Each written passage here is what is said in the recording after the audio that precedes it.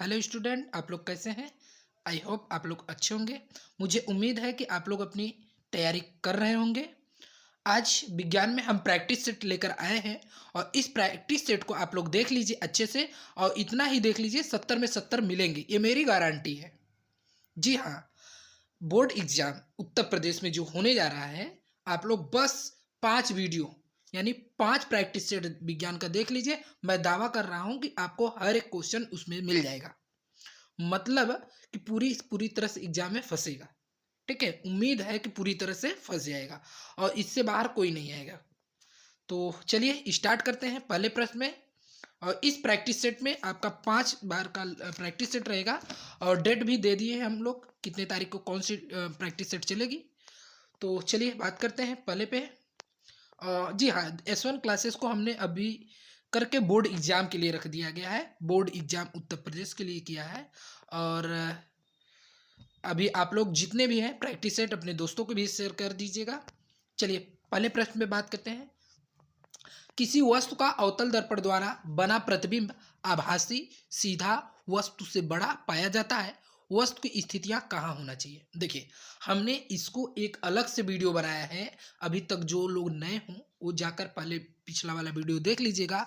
एक क्लास प्रतिबिंब का बनना खल्लास, इसमें संबंधित हमने पूरी टॉपिक समझा दिया है, कौन सा प्रतिबिंब कैसे बनता है। बात यहाँ पर अवतल दर्पण की है, तो अवतल दर्पण द्वारा कह रहा है ए मुख्य फोकस तथा वक्रता केंद्र के बीच, बी कह रहा है वक्रता केंद्र। वक्रता केंद्र पे तो बनेगा नहीं क्योंकि वस्तु से यहाँ पर बड़ा बोल दिया है।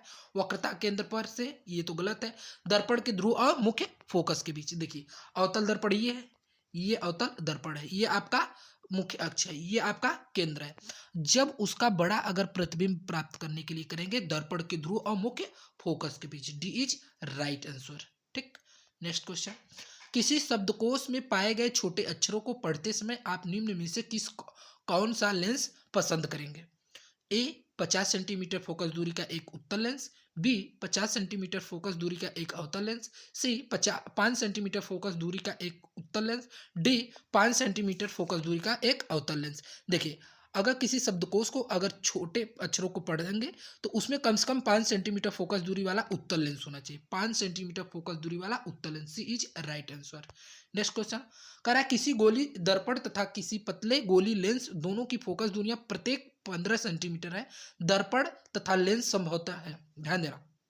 कह रहा है गोली दर्पण और पतले लेंस यानी गोली लेंस दोनों क्या है, फोकस दूरियां दोनों की 15 सेंटीमीटर है। तो ध्यान दीजिएगा, ए अवतल लेंस, सॉरी दोनों अवतल, बी दोनों उत्तल, सी दर्पण अवतल तथा लेंस उत्तल, डी दर्पण उत्तल और लेंस अवतल। तो देखिए दोनों अवतल होंगे, क्या होंगे, दोनों अवतल होंगे। ए अवतल में 15 सेंटीमीटर फोकस दूरी होती है, ठीक, गोली दर्पण में। ठीक, आगे चलिए बात करते हैं। कह रहा है मानव नेत्र के जिस भाग पर किसी वस्तु का प्रतिबिंब बनता है वह होता है। देखिए, मानव नेत्र पर जो बनता है, कहाँ पर बनता है, दृष्टि पटल पर बनता है। किस पे, दृष्टि पटल। इसी को हम क्या बोलते हैं, रेटिना बोलते हैं। क्या बोलते हैं, retina. A is right answer. जी हाँ दोस्तों, आप लोग शेयर भी कर दीजिएगा क्योंकि ये जो सेशन चल रहा है, प्रैक्टिस सेट चल रहा है, आपके एग्जाम की दृष्टि से बहुत महत्वपूर्ण है। ठीक, चलिए कह रहा है किसी विद्युत चालक का प्रतिरोध निम्नलिखित में से किस बात पर निर्भर नहीं करता है? ए चालक की लंबाई, बी चालक के पदार्थ का घनत्व, सी चालक का अनुप्रस्थ काट, डी चालक का आकार। तो देखिए, जो आपका अभी हमने बताया था कि चालक का जो प्रतिरोध है आर, उसके लंबाई पर भी निर्भर करता है और चालक के पदार्थ का घनत्व पर भी निर्भर करेगा और अनुप्रस्थ काट क्षेत्रफल आकार पे नहीं करेगा। ठीक है, आकार कैसे भी हो। चलिए ठीक, अगला बात करते हैं। नेक्स्ट क्वेश्चन, लघु पतन के लघु पतन के समय परिपथ में विद्युत धारा का मान क्या होगा? ए बहुत कम, बी परिवर्तित नहीं होता है, सी बहुत अधिक बढ़ जाता है, डी निरंतर परिवर्तित होता है। देखिए, लघु पतन के समय जो होता है वो परिपथ में जो विद्युत धारा होता है बहुत अधिक बढ़ जाता है। क्या होता है, बहुत अधिक बढ़ जाता है, तभी तो लघु पतन मतलब करंट कट जाती है। ठीक, आगे विद्युत धारा उत्पन्न करने की युक्ति को क्या कहते हैं? ध्यान दीजिए, जो विद्युत धारा होता है उसको विद्युत धारा उत्पन्न करने की जो युक्ति होती है, ए जनित्र, बी गैल्वेनोमीटर, ए सी एमीटर, डी मोटर। ये क्या है, ए आंसर इज राइट। चलिए अगला क्या है, एंटीमनी क्या है? धातु है, धातु है कि अधातु है कि उपधातु है कि मिश्र धातु? जो एंटीमनी है वह धातु है। ठीक, नेक्स्ट क्वेश्चन, लेड नाइट्रेट का सूत्र, रासायनिक सूत्र क्या है? लेड क्या होता है, पीबी होता है, पीबी NO3 ट्वाइस, यही आपका आंसर है। B is right answer. Next question, निम्नलिखित में से असंतृप्त हाइड्रोकार्बन क्या है? असंतृप्त हाइड्रोकार्बन C2H4 असंतृप्त हाइड्रोकार्बन। असंतृप्त में कम से कम एक या द्विबंध या त्रिबंध होना चाहिए ना, तो C2 आ गया तो हो गया आपका, बी इज राइट आंसर। अगला क्या है, कह रहा है प्रोपेनल में क्रियात्मक समूह क्या है? अब देखिए आईपीएससी में चल रहा है प्रोपेनल, नल अल अल आ रहा है, तो अल किस में होता है भैया? हमने बताया था CHO में। किस में होता है? CHO में। A is right answer. Next question, acetic अम्ल का आईपीएससी नाम क्या है? एसिटिक अम्ल, एसिटिक अम्ल क्या है? CH3COOH, ओइक अम्ल, एथेनोइक अम्ल। B is right answer. Next, एक तत्व के क्लोराइड का सूत्र MCl2 है, उसके ऑक्साइड का सूत्र क्या होगा? ऑक्साइड मतलब यमो, जब तत्व का क्लोराइड का सूत्र MCl2 है तो उसका क्या होगा? यमो होगा, ऑक्साइड। ठीक, अगला नेक्स्ट क्वेश्चन है, वृक्कों का कार्य क्या होता है? ए श्वसन, बी प्रजनन, सी उत्सर्जन, डी पाचन। देखिए जो वृक्क होता है उसका क्या होता है? उत्सर्जन के लिए होता है। ठीक, नेक्स्ट क्वेश्चन, पत्तियों पर कलियां विकसित होती है, पुदीना में, आलू में, ब्रायोफिलम में, इनमें सभी। किस में होता है? पत्तियों पर जो कलियां होती है वो ब्रायोफिलम में होता है। अनुवांशिक विज्ञान के जनक कौन है? H.A. Muller, B Charles Darwin, C Gregor John Mendel, D J.D. Watson. देखिए अनुवांशिक विज्ञान के जनक जो है वह कौन से हैं? ग्रेगर जॉन मेंडल है। ठीक, सी इज राइट आंसर। नेक्स्ट, दो डीएनए तंतु आपस में जुड़े होते हैं, क्या होते हैं? ए पेप्टाइड बंध द्वारा, सी सहसंयोजक बंध द्वारा, सी ग्लाइकोसिडिक बंध द्वारा, डी हाइड्रोजन बंध द्वारा। किसके द्वारा? हाइड्रोजन बंध के द्वारा। ठीक, D is right answer. Next, मुकुलन द्वारा प्रजनन होता है, ए हाइड्रा में, बी केचुआ में, सी तिलचट्टा में, डी कबूतर में। तो देखिए जो होता है मुकुलन होता है वह हाइड्रा में होता है। किसमें होता है? हाइड्रा में। ठीक, अगला है मेंडल का प्रायोगिक पौधा कौन था? देखिए मेंडल ने अपने जो मटर लिया था वो कौन से लिए थे? ए कह रहा है मीठी मटर, बी उद्यान मटर, सी सरसों, डी गुड़हल। तो मेंडल ने मटर का प्रयोग किया था, ये तो पता है, तो दो ऑप्शन वैसे कैंसिल हो गए। तो क्या है? मीठी मटर, उद्यान मटर। जो मेंडल थे उन्होंने कौन सा मटर का यूज किया था? उद्यान मटर। B is right answer. Next question कह रहा है निम्न में से कौन सा एक मानव में मादा जनन तंत्र का भाग नहीं है? मादा जनन की बात कर रहा है, तो मादा जनन में ए अंडाशय, बी गर्भाशय दोनों होता है। ठीक, शुक्रवाहिका और डिम्ब वाहिनी ये भी होता है, शुक्रवाहिका नहीं होता है। ठीक, सी इज राइट आंसर। ये था आपका सॉरी शुक्रवाहिका, हाँ शुक्रवाहिका सही है। ठीक, अब आपका ये 20 क्वेश्चन जो ऑब्जेक्टिव टाइप था। ठीक है, अब हम बात करते हैं किस पे? चलिए अब इस पे हम बात करते हैं, एक अवतल दर्पण की वक्रता त्रिज्या देखिए अब यहाँ पर प्रश्न उत्तर आप लोग लिखित वाला करेंगे, कि लिखित वाला कैसे क्वेश्चन करा जाएगा आप लोगों को यहाँ पर हम बताएंगे। तो आप लोग डालेंगे प्रश्न उत्तर नंबर 21, कभी कभी प्रश्न उत्तर नंबर ये 1 से भी स्टार्ट कर देता है, तो एग्जाम में आप लोग इसको ध्यान दीजिएगा। ठीक है, तो कह रहा है एक अवतल दर्पण की वक्रता त्रिज्या 40 सेंटीमीटर, कितना? 40 सेंटीमीटर। इसके सामने एक वस्तु 15 सेंटीमीटर की दूरी पर रखी जाती है, प्रतिबिंब की स्थिति बताइए तथा इसका किरण आरेख खींचिए। देखिए कह रहा है वक्रता त्रिज्या कितना है, यानी आर का वैल्यू कितना दे दिया है? 40 सेंटीमीटर, लेकिन अवतल है तो क्या होगा? -40 होगा। तो यह बराबर क्या होता है? R/2। तो ये हो गया 40/2, तो यानी 20 -20 सेंटीमीटर। ठीक, तो अगर यफ का जो मान होगा, यफ का मान -20 हो गया। ठीक, अब ध्यान दीजिएगा, यफ का मान -20 हो गया। फिर उसके बाद उसमें आगे क्या कहा है? एक वस्तु 15 सेंटीमीटर की दूरी पर रखी है, यानी जो u की वैल्यू होगी वो क्या है? -15 सेंटीमीटर पे। किस पे है? -15 पे। तो आपको दर्पण का सूत्र पता है, 1/f बराबर 1/v प्लस 1/u। इस पे आपको रखेंगे तो 1/v अगर रखेंगे तो 1/f माइनस 1/u, तो 1/v बराबर -1/f। एफ का वैल्यू कितना है? कितना है भाई? 20 है, तो -20 हो गया। ठीक, और माइनस माइनस प्लस हो जाएगा, तो u को वैल्यू कितनी हो जाएगी? ध्यान देना, माइनस है तो यहाँ पर माइनस है, तो माइनस माइनस क्या कर देगा? पॉजिटिव कर देगा। 1/, क्या हो जाएगा? 15 होगा। ठीक, तो 1/v बराबर, अब दोनों का लस ले लीजिए, तो लस लेंगे तो 20 और 15 का लस 60 आएगा, तो 20 × 60 -3 प्लस 4, 15 चौका 60, और -3 और +4 कितना हो जाएगा? +1, तो यानी 1/v बराबर 1/60। कितना आएगा 1/60। अब थोड़ा सा इसमें है तो आप लोग इसमें देख लीजिएगा। ठीक 1/60 हो गया। तो भी का मान कितना हो जाएगा 60 सेंटीमीटर। और जो भी का मान 60 सेंटीमीटर होगा वह कैसा होगा, आभासी होगा, क्योंकि पॉजिटिव है तो आभासी होगा और दर्पण के पीछे बनेगा। ठीक, तो ये आप लोग अच्छे से समझ लीजिएगा इसको।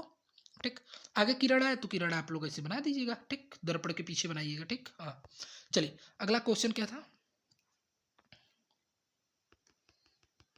इसके लिए है, आप लोग उसको नोट कर लीजिएगा एक बार। आगे कह रहा है प्रकाश के परावर्तन के नियम लिखिए। 20 सेंटीमीटर वक्रता त्रिज्या वाले अवतल दर्पण के सामने पहला है 5 सेंटीमीटर दूरी पर, दूसरा है 15 सेंटीमीटर दूरी पर कोई वस्तु रखने पर प्रत्येक स्थिति में प्रतिबिंब कहाँ और कैसा बनेगा ज्ञात कीजिए। अब देखिए भाई, यहाँ पर आपको प्रश्न लिखना भी है और सवाल भी दे दिया है, मतलब इसके साथ साथ क्वेश्चन में आपको थ्योरी के साथ साथ न्यूमेरिकल भी दे दिया है। तो प्रकाश का परावर्तन के नियम लिखिए। प्रकाश के परावर्तन के 2 नियम है। कौन कौन से नियम? प्रथम नियम आपतित किरण, लिख लीजिए आप लोग। आपतित किरण परावर्तित किरण तथा आपतन बिंदु पर खींचा गया अभिलंब तीनों एक ही तल में होते हैं। ये पहला नियम हो गया। दूसरा नियम लिख लीजिएगा, आपतन कोण सदैव परावर्तन कोण के बराबर होता है। कोण आई बराबर कोण आर के बराबर होता है। ठीक, इसको आप लोग लिख लीजिएगा। और इसके पहले हमने वीडियो इस पर भी बनाया था प्रकाश के परावर्तन पे, आप लोग उसको भी एक बार देख लीजिएगा प्रकाश के परावर्तन पे। ठीक, तो ये हो गए परावर्तन के नियम। अभी हम न्यूमेरिकल की बात करते हैं। न्यूमेरिकल में आप कर रहा है 20 सेंटीमीटर की वक्रता त्रिज्या, तो यानी अगर 20 सेंटीमीटर वक्रता त्रिज्या है, आर का मान अवतल दर्पण है तो आर का मान -20 है, तो एफ का मान क्या हो जाएगा r/2, तो मतलब -10 हो गया। ठीक, और उसके बाद किसका है, अब पहला हम क्वेश्चन लगाने जा रहे हैं तो u को वैल्यू -5 ले लेंगे। तो आपको सूत्र हमने बताया था 1/v बराबर 1/f माइनस 1/u। अभी तो सूत्र हमने बताया था 1/f बराबर 1/v प्लस 1/u, तो उसको हमने पक्षांतर कर दिया तो 1/v बराबर 1/f माइनस 1/u। इस पे अगर हम रखेंगे तो क्या आएगा, फिर इसको ध्यान दीजिएगा। तो 1/v बराबर 1/f का वैल्यू -10 रखेंगे और माइनस माइनस प्लस हो जाएगा, 1/5 रखेंगे। अब इसको सॉल्व करेंगे, 1/v बराबर दोनों का लस लेंगे कितना आएगा -10 और 5 का लस लेंगे तो कितना आएगा 10 आएगा। तो कितना आएगा 10 आएगा। तो 10 × 10 तो -1 प्लस 5 दूनी 10 2 होगा। तो 1/v बराबर -1 प्लस 2 कितना हो जाएगा 1/10 हो जाएगा। ठीक, तो तिर्यक गुणा करेंगे, v का मान कितना आएगा 10 आएगा। और जो v का मान 10 आया तो 10 सेंटीमीटर आया है, तो चूंकि पॉजिटिव है तो दर्पण के पीछे बनेगा और आभासी बनेगा। ठीक, ये हो गई पहला क्वेश्चन। अब दूसरा वाला क्या था, एफ का वैल्यू अभी हमने बताया था -10 सेंटीमीटर। ठीक, -10 सेंटीमीटर और u का वैल्यू कितना है -15 सेंटीमीटर। देख लीजिए यहाँ पर u का वैल्यू कितना है 15 सेंटीमीटर। ठीक, तो अब यहाँ पर देख लीजिए इसको, तो वहीं रखेंगे 1/v डायरेक्ट हम रखें 1/v बराबर 1/f का वैल्यू कितना है -10 और u का वैल्यू -15 माइनस प्लस 1/15 हो जाएगा। ठीक, तो 1/v बराबर कितना हो जाएगा, इसको लस लेंगे कितना आएगा 30 और -10 30 -3 और +2, तो कितना हो जाएगा भाई 1/v बराबर कितना हो जाएगा -1/30 और तिर्यक गुणा करेंगे तो v बराबर कितना हो जाएगा -30 सेंटीमीटर। ये हो गया -3 और माइनस आ गया है तो वास्तविक बनेगा और दर्पण से 30 सेंटीमीटर की दूरी पर बनेगा। ये था आपका न्यूमेरिकल टाइप। ये दोनों क्वेश्चन हो गया भाई, 22 क्वेश्चन हो गया, क्वेश्चन नंबर 22। अब क्वेश्चन नंबर 23 पे, अब देखिए क्वेश्चन नंबर 23 दो प्रकार से पूछा है, ये शॉर्ट में पूछा है, शॉर्ट क्वेश्चन मतलब आपको पता है। करा है नेत्र के दीर्घ दृष्टि दोष तथा इसके संशोधन पर संक्षिप्त टिप्पणी लिखिए। दीर्घ मतलब दूर दृष्टि दोष। देखिए भाई यहाँ पर डायरेक्ट नहीं कहा है कि दूर दृष्टि दोष किसे कहते हैं, ये क्वेश्चन घुमा दिया है दीर्घ दृष्टि दोष क्या है। तो दूर दृष्टि दोष क्या है, दूर की वस्तुएं दिखाई, वह निकट दृष्टि दोष जिसमें दूर की वस्तुएं दिखाई देती है नजदीक की वस्तुएं नहीं, वह क्या होता है दूर दृष्टि दोष कहलाता है। इनके संशोधन हेतु हम व्यक्ति के चश्मे में क्या लगाते हैं उत्तल लेंस। कौन सा उत्तल लेंस का प्रयोग करते हैं। पहला क्वेश्चन हो गया। कैसे लिखना है, वह दृष्टि दोष लिख लो, वह दृष्टि दोष जिसमें व्यक्ति को दूर की वस्तुएं दिखाई देती है, नजदीक की वस्तुएं नहीं, दूरदृष्टि दोष कहलाता है तथा इससे पीड़ित व्यक्ति के चश्मे में उत्तल लेंस का प्रयोग करते हैं। ये हो गई, बस इतना ही लिखना है और कुछ नहीं है। अब क्वेश्चन नंबर 23 का दूसरा में कह रहा है उत्तल दर्पण की फोकस दूरी के लिए सूत्र लिखिए। भाई यह बराबर क्या होता है, r/2, ये भी होता है फोकस दूरी के लिए। ठीक, उत्तल दर्पण के दो सूत्र लिखिए, दो उपयोग लिखिए। उत्तल दर्पण का प्रयोग कहाँ कहाँ होता है, अब आप लोग बताइए। ठीक, साइड मिरर के लिए हमने बताया था ना, और किस में होता है बताइए फटाक से भाई, बताओ फटाफट। एक लोग बोल रहे हैं हाँ, ये देखिए इसमें जो क्वेश्चन है पूरी तरह से है, पूरा तरह से हम लोग कराएंगे, हाँ पूरा करा देंगे, इसमें आप टेंशन ना लीजिए। ठीक है, 5 प्रैक्टिस सेट कराएंगे, पूरा विज्ञान पूरा जो रहेगा 5 प्रैक्टिस सेट में पूरा आप कर लीजिएगा, अच्छे से देख लीजिएगा और आपका पूरी तरह से तैयार हो जाएगा, इसमें कोई दिक्कत नहीं होगा। जी जी बिल्कुल। और किसी कोई दिक्कत कमेंट में करिए भाई।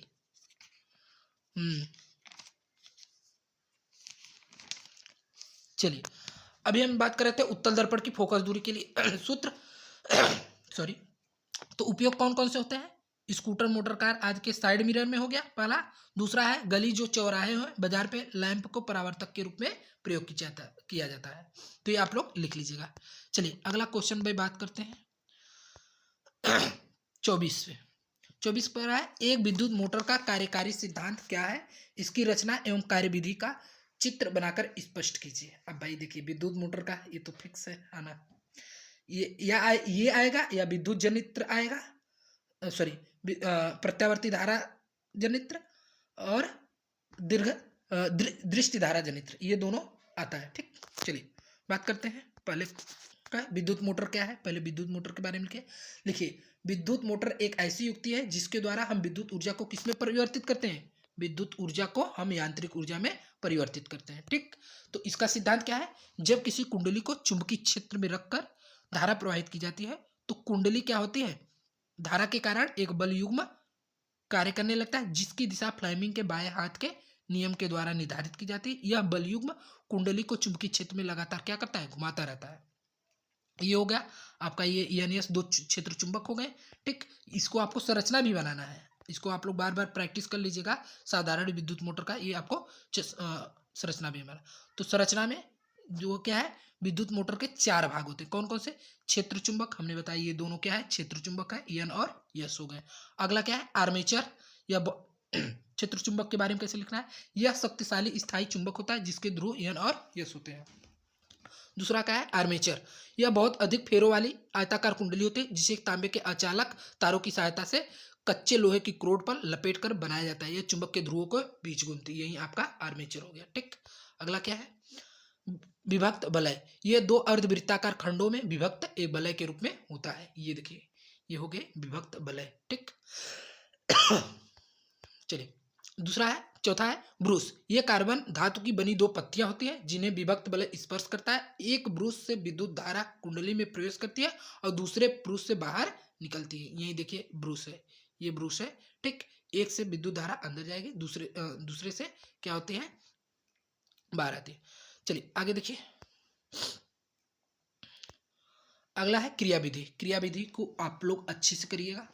इसकी क्रियाविधि निम्न पदों से हम कर सकते हैं। पहला क्या है, माना कुंडली ABCD क्षैतिज स्थिति में, जब परिपथ में कुंजी लगाते हैं तो ध्यान दीजिए कुंजी दबाने पर विद्युत धारा प्रवाहित होता है, कुंजी खुला करने पर नहीं। तो क्या कहता है, जब परिपथ में कुंजी लगाते हैं तो ब्रूस X से होकर कुंडली ABCD में धारा प्रवाहित होती है तथा ब्रूस Y से होती हुई वापस आ जाती है। ठीक, दूसरा है फ्लेमिंग के बाएं हाथ के नियमानुसार जब भुजा BC और AD पर कोई बल कार्य नहीं होता है, क्योंकि दोनों भुजाएं विद्युत क्षेत्र के क्या होती हैं, समांतर होती है। भुजा AB पर नीचे की ओर तथा भुजा CD पर समान मात्रा में ऊपर की ओर बल युग्म कार्य करता है। इस प्रकार कुंडली का एक बल युग्म कार्य करता है और यह कुंडली को वामावर्त दिशा में घूर्णन कराता है। तीसरा लिखिएगा, जब कुंडली ऊर्ध्वाधर अवस्था में होती है, ध्यान दीजिएगा जब ये कुंडली अभी तो क्या है, क्षैतिज है। अब इसी को घूमेगा, ये रोटेट करेगा, तब क्या होगा, ऊपर जाएगा। तो ऊपर जाता है तब क्या होता है, ध्यान दीजिएगा। अगर जब कुंडली ऊर्ध्वाधर अवस्था में आता है तो ब्रूसों का विभक्त बलयों से संबंध विच्छेद हो जाता है तथा धारा का प्रवाह बंद हो जाता है, लेकिन जड़त्व के कारण कुंडली स्थिर नहीं होती है। जब कुंडली ऊर्ध्वाधर स्थिति से गुजरती है तो विभक्त बलय स्वतः अपने स्थान परिवर्तित कर लेते हैं तथा विपरीत ब्रूसों के संपर्क में आ जाता है। इस कारण कुंडली में धारा की दिशा उत्क्रमित मतलब तुरंत वापस आ जाती है, लेकिन सीधे हाथ के ओर धारा की दिशा के समान रहती है। अतः दाएं हाथ की ओर बलयुग्म कार्य की ऊपर ओर तथा बाएं हाथ की ओर बल सदैव नीचे की ओर रहता है। इस प्रकार कुंडली स्वतः ही वामावर्त दिशा में घूर्णन करती रहती है। ये था आपका विद्युत मोटर। इसको आप लोग एक बार अच्छे से, एक या दो बार अच्छे से पढ़ लीजिएगा, सुन लीजिएगा और आप लोग अच्छे से लिख लेंगे। अगला क्या है, 25वां कर रहा है योगात्मक अपक्रिया। देखो 25 वाला जो क्वेश्चन है दो प्रकार है। अब ये केमिस्ट्री आ गया, ध्यान देना, केमिस्ट्री आ गया है तो इसमें दो ठो है क्वेश्चन, ठीक है। योगात्मक अपक्रिया किसे कहते हैं, इसी को हम क्या कहते हैं, संयोजन अपक्रिया भी कहते हैं। कह रहा है वह रासायनिक अपक्रिया जिसमें दो या दो से अधिक पदार्थ या तत्व या यौगिक संयोग करके एकल उत्पाद, कौन सा, एकल उत्पाद का निर्माण करते हैं, योगात्मक अपक्रिया। योगात्मक दो या दो से अधिक पदार्थ रहेंगे, वो जुड़कर एकल उत्पाद का निर्माण करते हैं, उसी को हम क्या कहते हैं, योगात्मक अपक्रिया कहते हैं। देखिए अमोनिया है, हाइड्रोजन क्लोराइड से क्या किया, NH3 अमोनिया है, HCl हाइड्रोजन क्लोराइड है, दोनों मिलकर किसका निर्माण किया, अमोनियम क्लोराइड। अमोनियम क्लोराइड का सूत्र क्या है, NH4Cl। याद कर लीजिए कौन कौन सा, अमोनिया लो और हाइड्रोजन क्लोराइड, हाइड्रोक्लोरिक अम्ल जिसको बोलते हैं। NH3 अमोनिया हो गया और HCl हाइड्रोजन क्लोराइड, तो क्या बना, अमोनियम क्लोराइड। अमोनियम क्लोराइड के सूत्र NH4Cl। ऐसे ही आप लोग रिएक्शन तैयार कर लीजिएगा। दूसरा क्या है, प्रकाश अपघटन अपक्रिया किसे कहते हैं। तो देखो जब वियोजन अपक्रिया सूर्य के प्रकाश, ये ध्यान दीजिए, प्रकाश अपघटन अपक्रिया जो होती है वह वियोजन अपक्रिया का प्रकार है। तो कह रहा है जब वियोजन अपक्रिया सूर्य के प्रकाश की द्वारा होती है तब यह प्रकाश अपघटन अपक्रिया कहलाता है। 2AgCl है वह सूर्य के प्रकाश, यहाँ पे ध्यान दीजिएगा ये रिएक्शन ऐसे है, ठीक है। 2AgCl एरो दो, ऊपर लिखो सूर्य के प्रकाश, तो 2Ag + Cl2 ये आपका रिएक्शन बनेगा, ठीक।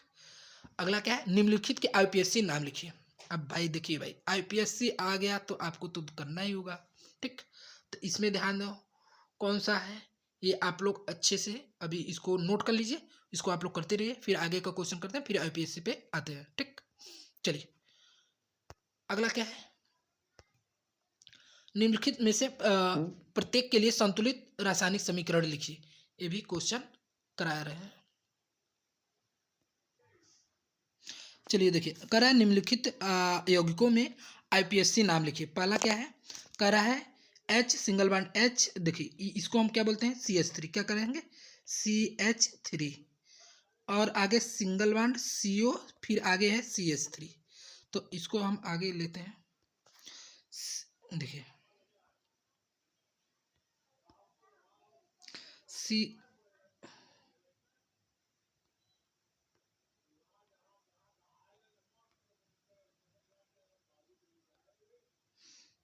चलिए देखिए CH3 CO CH3, आपको क्रियात्मक समूह मिल गया।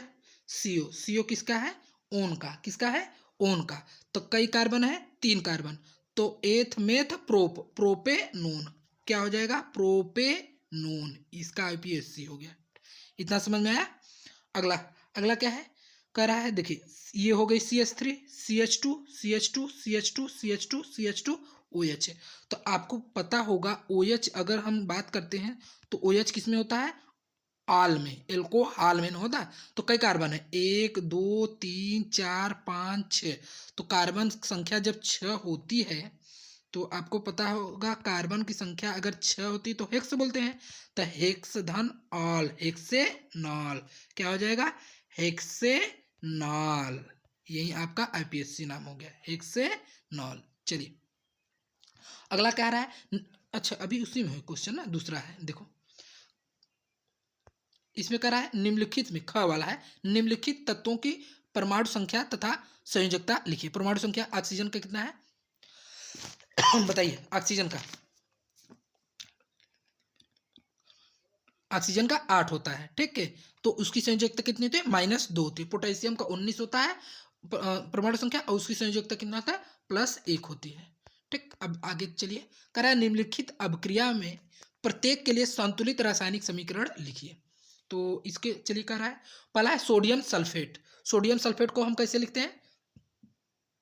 सोडियम सल्फेट को NaSO3 और बेरियम क्लोराइड B2BeCl। ठीक है, तो आगे बन रहा है बेरियम सल्फेट और क्या बन जाएगा, सोडियम क्लोराइड। क्या बनेगा, सोडियम क्लोराइड 2NaCl। चलिए आगे देखिए, कह रहा है मरकरी ऑक्साइड और मरकरी बन रहा है, तो ऑक्साइड है तो वहां पर ऑक्सीजन बन जाएगा, क्या बन जाएगा, O2। अगला है जिंक और सल्फ्यूरिक अम्ल। जिंक का क्या होगा, Zn, सल्फ्यूरिक अम्ल H2SO4।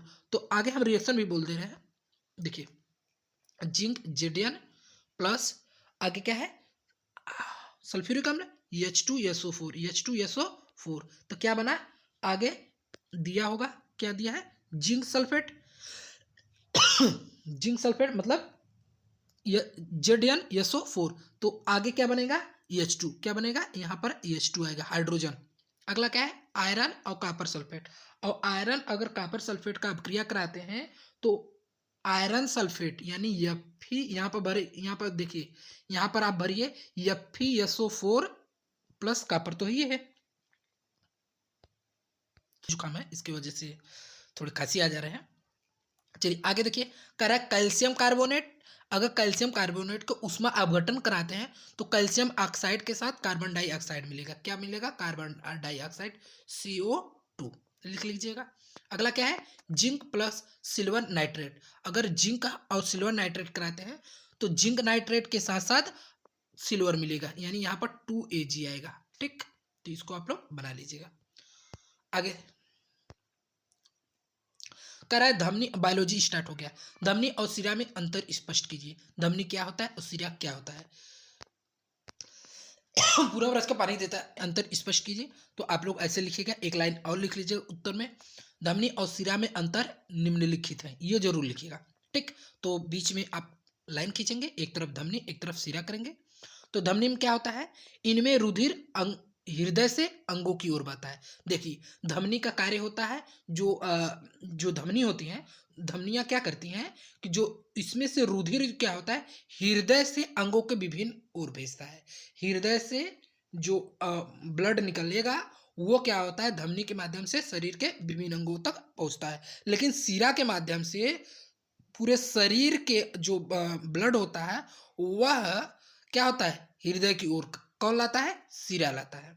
तो दूसरा क्या है, हृदय की धड़कनों के कारण इसमें रुधिर रुक रुक कर तथा अधिक दबाव के साथ बहता है।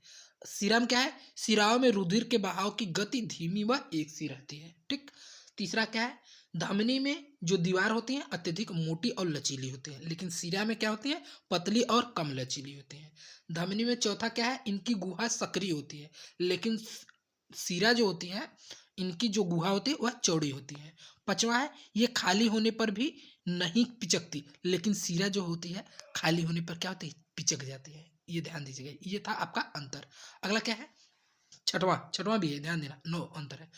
जो सिरा धमनी होती है, पल्मोनरी धमनी को छोड़कर से सभी धमनियों में शुद्ध रुधिर होता है, लेकिन पल्मोनरी सिरा को छोड़कर से सभी सिराओं में अशुद्ध रुधिर होता है।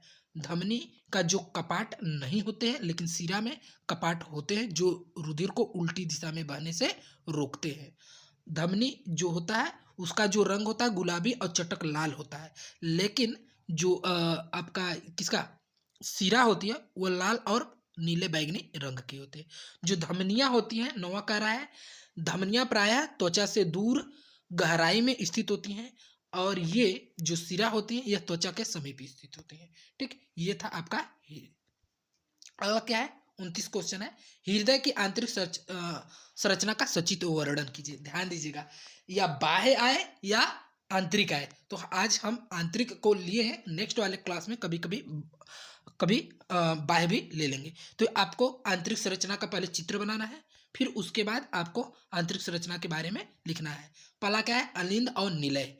अलिंद और निलय क्या होता है, मानव हृदय की अनुलंब काट का अध्ययन करने पर मनुष्य के चतुष्वेमी हृदय में 4 पूर्णवेश्म अर्थात 2 अलिंद तथा 2 निलय दिखाई देते हैं और प्रत्येक और का अलिंद व निलय आपस में संबंधित होते हैं। अलिंदों की दीवारें अपेक्षाकृत पतली होती है, जबकि निलयों की दीवारें क्या होती हैं, मोटी होती है। दोनों अलिंद अंतरा अलिंदी पट्ट तथा निलय अंतरा निलय खाज के द्वारा क्या होते हैं, अलग अलग होते हैं।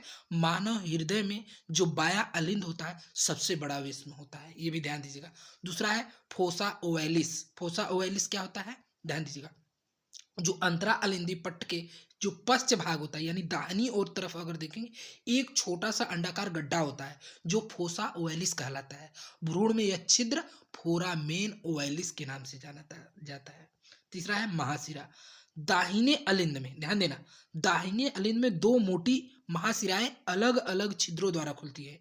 इन्हें अग्र महाशिरा और पश्च महाशिरा कहते हैं। चौथा है कोनोरनी साइनस।